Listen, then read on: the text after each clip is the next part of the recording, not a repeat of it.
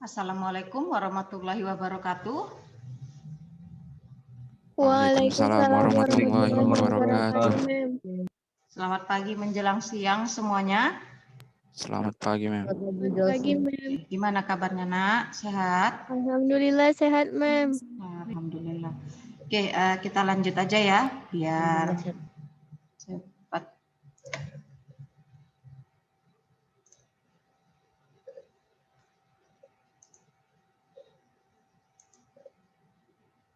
Oke, jadi hari ini kita akan bahas tentang kemasan dalam kerajinan usaha bidang datar ya. Untuk indikator pembelajarannya, pertama menganalisis jenis dan kegunaan bahan kemas, kemudian menganalisis teknik penyajian dan pengemasan kerajinan limbah bangun datar. Nah, jadi di sini kita akan bahas tentang pengemasan di dalam sebuah kerajinan. Nah, untuk pengertian kemasan, Syakila, menurut kamu kemasan itu apa? Yang membungkus suatu produk. Yang membungkus. Iya, Mem, alat pembungkus. Alat untuk membungkus. Oke, siapa lagi hari ini yang hadir ya?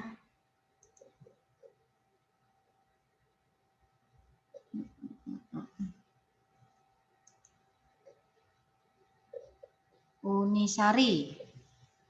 Menurut Unisari, kemasan apa? Pembungkus produk untuk melindungi produk itu, Mem. Oke, membungkus produk untuk melindungi produk tersebut. Ya, jadi kemasan itu merupakan alat untuk membungkus ya, untuk produk agar terlindungi. Jadi di sini biasanya kemasan itu dirancang dan dibuat untuk menarik perhatian dari konsumen, ya. Jadi di sini kalaupun kalian biasanya membeli suatu barang, apa pertama yang kalian lihat? Bungkus, Mem. Bungkusnya. Menarik tidak? Begitu kan? Iya, Mem. Mungkin dari segi warna, dari segi penampilan, dari segi gambar, itu pasti akan kalian lihat terlebih dahulu. Makanya setiap produk itu biasanya didesain kemasannya sebaik mungkin dan semenarik mungkin ya. Nah, untuk kemasan ya itu menurut para ahli. Jadi di sini kalau pengemasan menurut Kotler itu merupakan kegiatan merancang dan memproduksi wadah atau bungkus sebagai sebuah produk ya. Jadi merupakan wadah atau bungkusnya. Kemudian menurut Swata itu kemasan itu merupakan kegiatan umum ya dan perencanaan barang yang melibatkan penentuan desain pembuatan bungkus ataupun kemasan suatu barang. Nah, kalau menurut Saladin, kemasan itu adalah wadah atau bungkus. Jadi tergantung memang masing-masing konsumen ataupun masing-masing dari pembeli melihat sisi kemasan tersebut ya. Nah, kemudian kalau kita lihat dari kemasan itu merupakan suatu kegiatan merancang. Jadi merancang itu dari segi warnanya, gambarnya, kemudian modelnya, bentuknya itu semua akan dirancang dalam sebuah kemasan ya, bungkus tersebut. Jadi di sini sangat penting mendesain terlebih dahulu kemasan untuk membungkus sebuah produk. Nah, untuk fungsi kemasan seperti tadi yang dikatakan Unisari itu gunanya untuk melindungi. Iya, benar. Jadi kemasan itu mempunyai fungsi untuk melindungi benda. Ya, untuk melindungi dari kerusakan-kerusakan pada saat produksinya gitu sampai ke tangan konsumen. Misalkan dari pengiriman. Contoh kalau misalkan kerajinan dari bahan keramik gitu contohnya. Jadi kalau keramik itu kan mudah pecah ataupun dari bahan kaca, maka untuk packagingnya ataupun kemasannya itu harus dibuat senyaman mungkin dan seaman mungkin. Contoh misalkan setelah dibungkus dengan kemasan kotak ataupun kardus, maka dia akan dikemas lagi menggunakan kemasan papan ataupun kayu untuk menjaga agar tidak mudah pecah. Jadi dibuat seminimal mungkin kecelakaan itu terjadi, jangan sampai terjadi gitu. Jadi biasanya kalau kaca itu setelah dibungkus dikemas dengan kotak, maka akan di-packaging lagi dengan kayu ataupun kemasan box papan agar tidak mudah pecah. Kemudian untuk memudahkan pengerjaan dan penyimpanan benda-benda perniagaan. Jadi di sini untuk memudahkan, contohnya dalam satu bungkus, satu pak itu ada misalkan 100 buah, maka dengan adanya kemasan ataupun packaging secara baik yang kecil, yang besar, yang sedang, itu akan memudahkan pengerjaan dalam penyimpanannya. Contohnya kalau misalkan kerajinan dalam bentuk kecil-kecil, misalkan souvenir, itu jika tidak dibuat dalam bentuk kemasan yang sedang ataupun kemasan yang besar, ya, misalkan satu bungkus, kemasan kecilnya satu kerajinan itu satu, kemudian di packaging dalam jumlah yang sedang, misalkan dalam satu bungkus sedang itu isinya 10, kemudian dikemas lagi dalam ukuran besar, satu pak itu isinya sampai 100, sehingga di situ dalam satu kardus ada 100 kemasan lebih gitu. Jadi di sini untuk memudahkan pengerjaan penyimpanannya. Kemudian guna menjual produk yang bersangkutan, seperti yang kita katakan di awal tadi bahwasanya kemasan itu untuk menarik perhatian. Ketika kamu belanja sesuatu, kamu pasti melihat kemasannya terlebih dahulu, menarik atau tidak. Biasanya dengan kemasan yang menarik, orang pasti tergiur ingin mencoba, ingin membeli dan ingin melihat isinya apa gitu. Tapi kalau misalnya kemasannya aja sudah jelek, orang sudah males untuk mencobanya. Itu hukum alam dan itu sudah pasti terjadi kalau misalnya kemasan tidak bagus. Nah, untuk tujuan kemasan sendiri ya dari untuk kemasan dan pelabelan, yang pertama adanya barrier protection. Jadi di sini melindungi dari hambatan oksigen uap air, debu dan sebagainya. Jadi bisa misalkan kalau bahan-bahan tersebut dibungkus dengan rapi, maka menghindari adanya debu ataupun kena hujan atau dan lain sebagainya.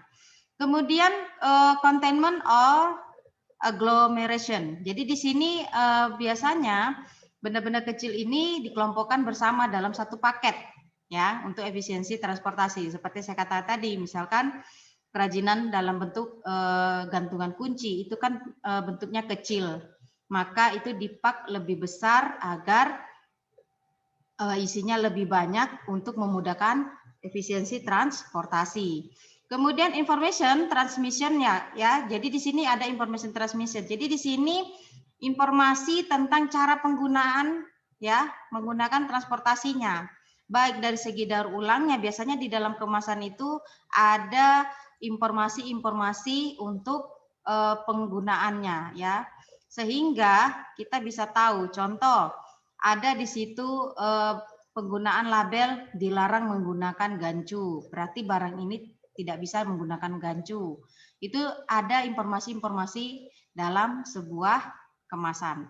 Kemudian physical production. Nah, di sini melindungi objek dari suhu, getaran, guncangan, tekanan dan sebagainya.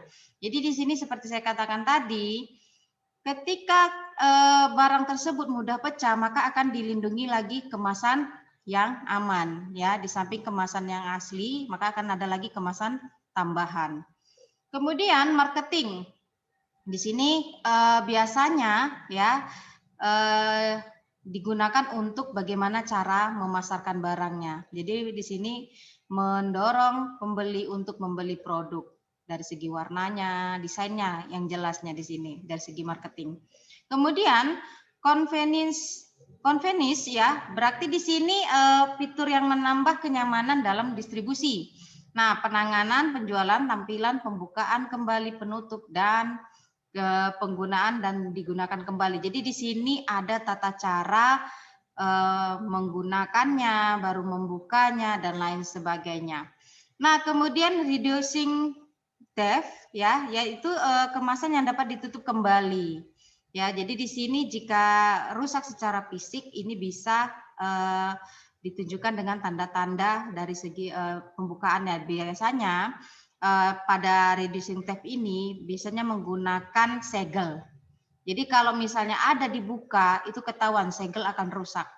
Nah, makanya di sini pengamannya ini sangat benar-benar dijaga agar segel inilah yang menandakan barang tersebut sudah dibuka atau belum.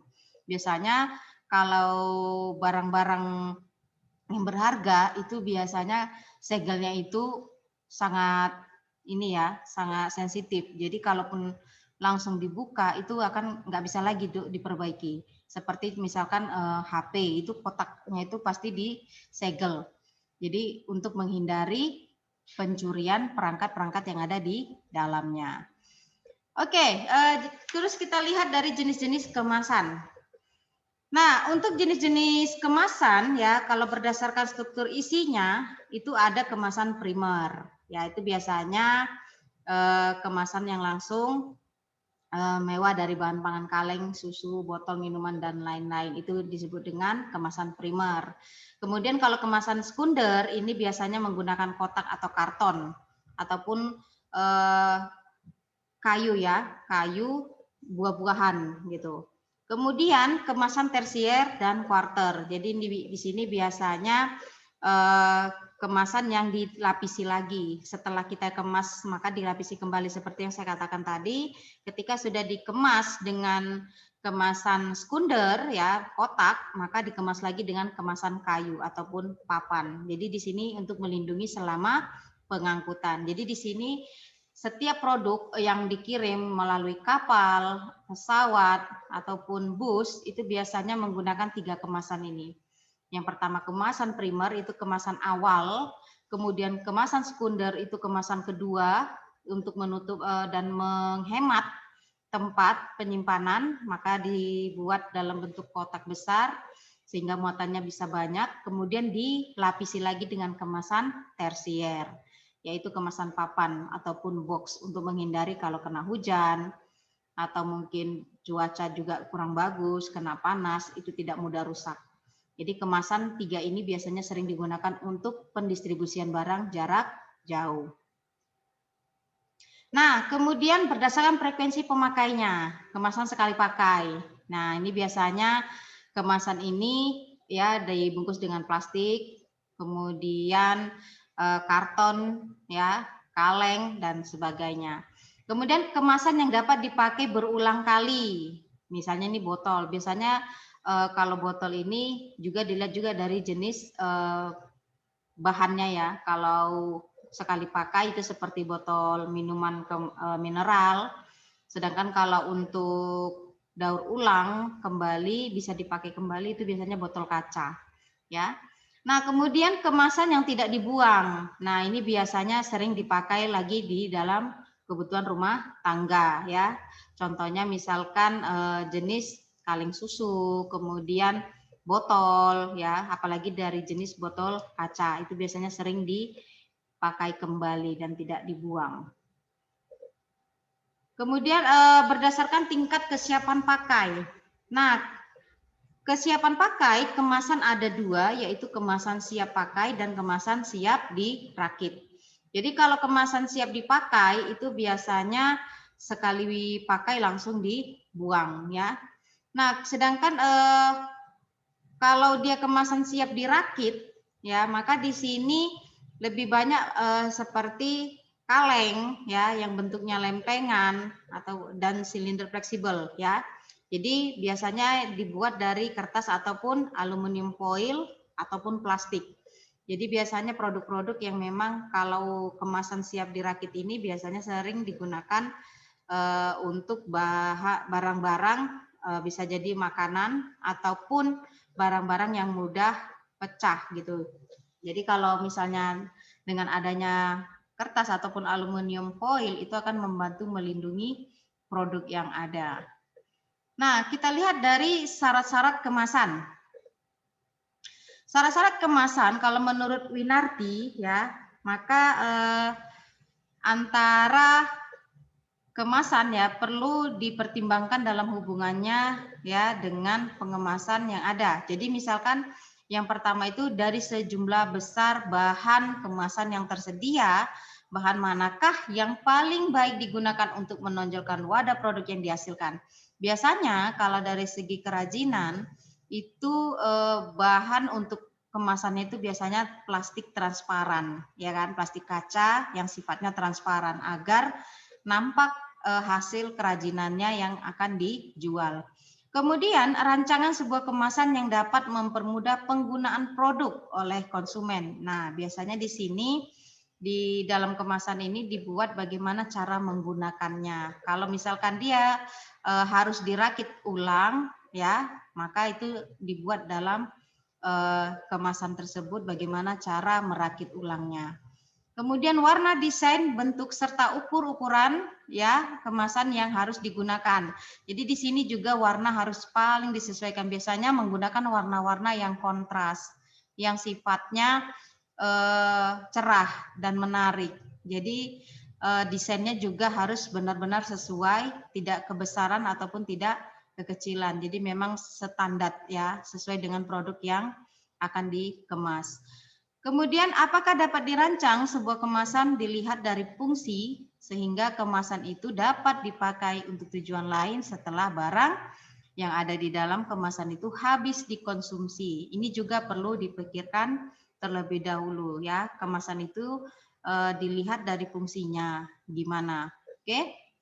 Nah, kemudian ada pertimbangan perancangan kemasan ya untuk momen tertentu, misalnya untuk hadiah ulang tahun dan momen tertentu lainnya. Nah, ini biasanya lebih dispesifikasikan apabila barang-barang ataupun produk-produk kerajinan tersebut untuk momen hadiah. Maka cara membungkusnya juga itu disesuaikan dengan momennya gitu. Kalau misalkan untuk hadiah ulang tahun ataupun untuk hadiah ke kekasihnya, kalau misalnya yang sudah punya pacar, itu biasanya penggunaan plastik kaca dengan dirangkai pita seperti apa ya, model bungkusnya itu seperti pakai parcel gitu. Jadi semenarik mungkin dirangkai agar bisa diterima dengan senang hati.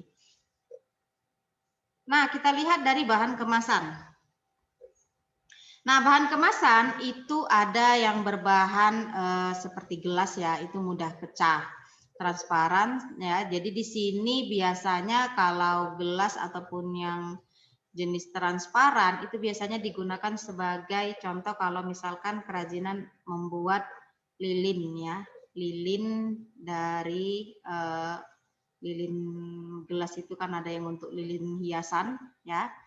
Kemudian metal. Jadi metal ini sejenis dari aluminium ya, yang terbuat dari aluminium. Ini biasanya digunakan untuk kemasan seperti apa ya? Kalau untuk kemasan dari aluminium seperti bahan-bahan kaca yang mudah pecah itu biasanya dilapisi dari aluminium luarnya agar tidak mudah pecah ya.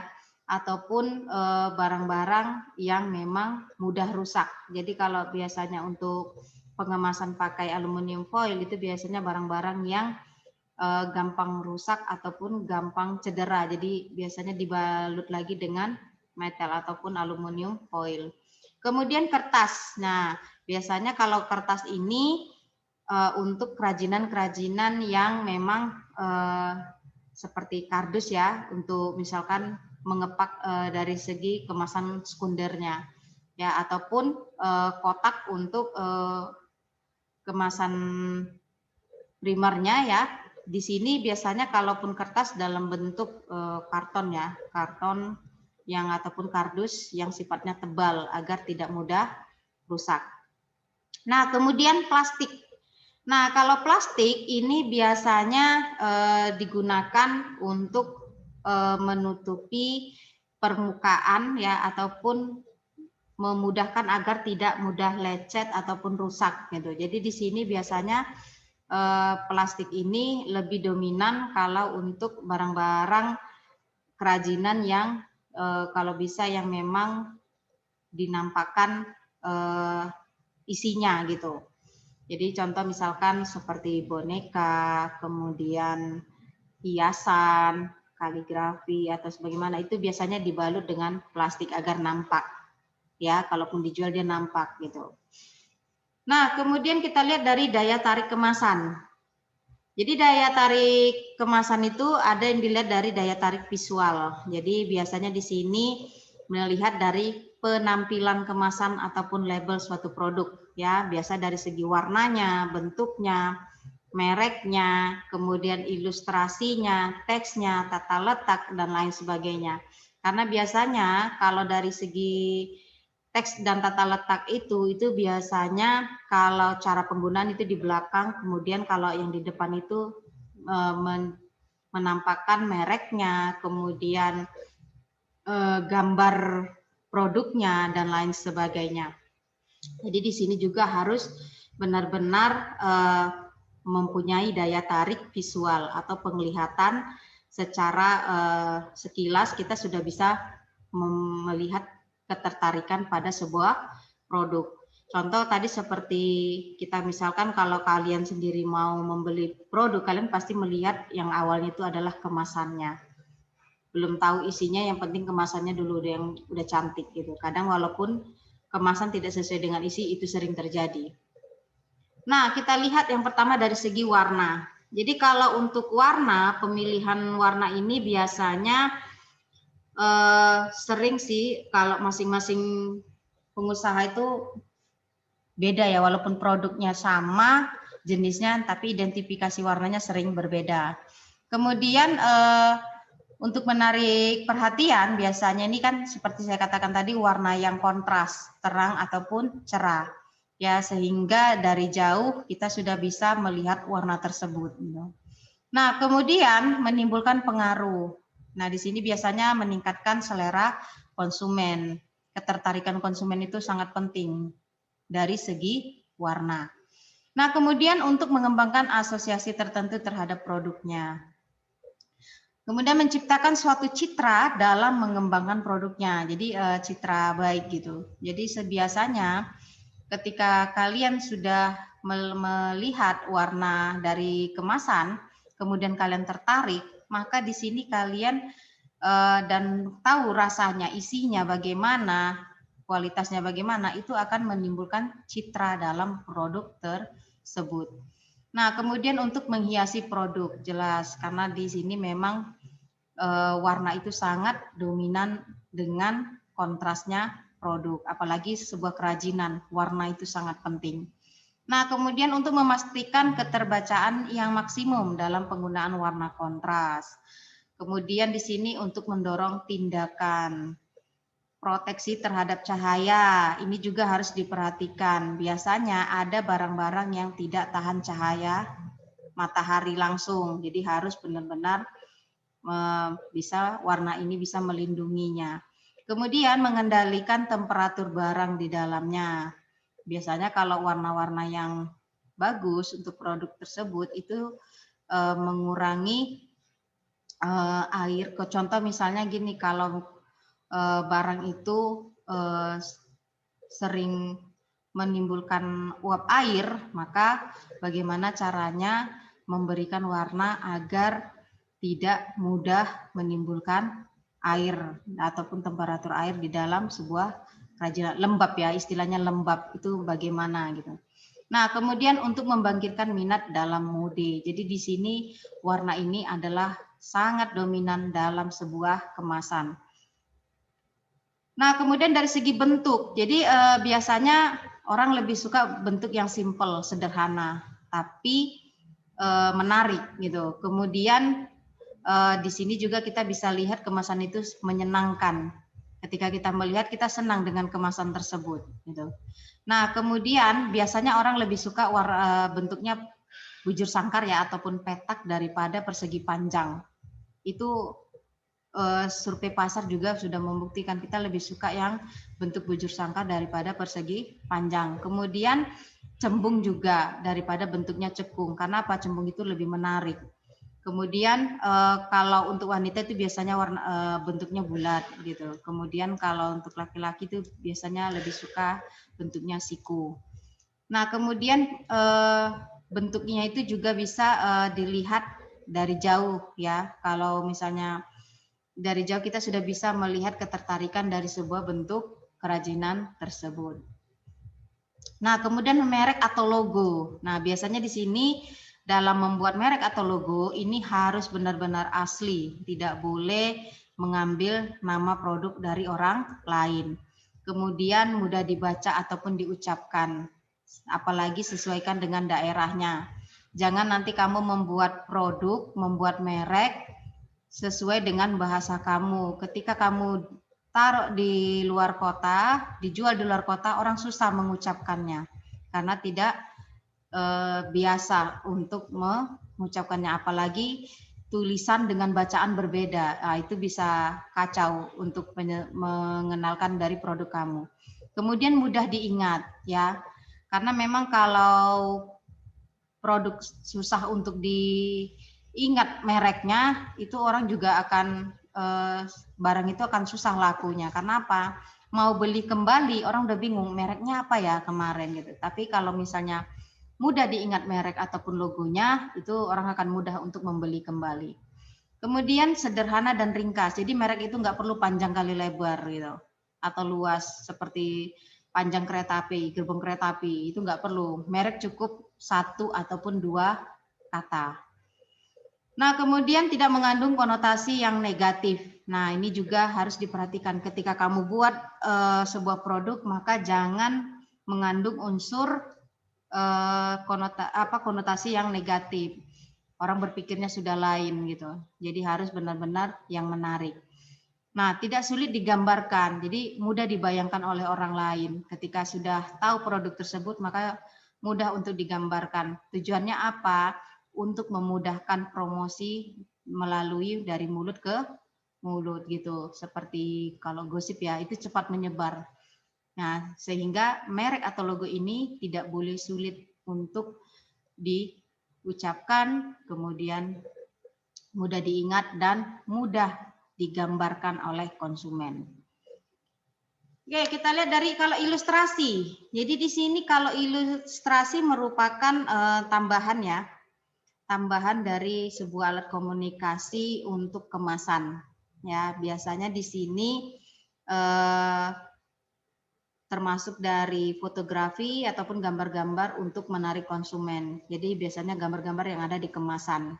Kemudian topografi ini teks ya berupa pesan ya untuk menjelaskan produk yang ditawarkan. Jadi di sini biasanya produsen mempunyai harapan ya ataupun moto-moto yang ada dalam bisnisnya. Nah, kemudian tata letak. Tata letak ini merupakan kombinasi dari seluruh komponen yang ada dalam sebuah kemasan. Jadi harus sesuai dengan tata letaknya. Biasanya di depan itu merek dan gambarnya, di belakang baru mulai ilustrasinya, cara pemakaiannya dan lain sebagainya. Jadi di sini harus disesuaikan dengan kemasan yang ada. Nah, kita lihat dari hal-hal yang perlu diperhatikan dalam pengaturan tata letak. Yang pertama itu ada keseimbangan. Kemudian titik pandang dengan menjadikan satu unsur yang paling menarik.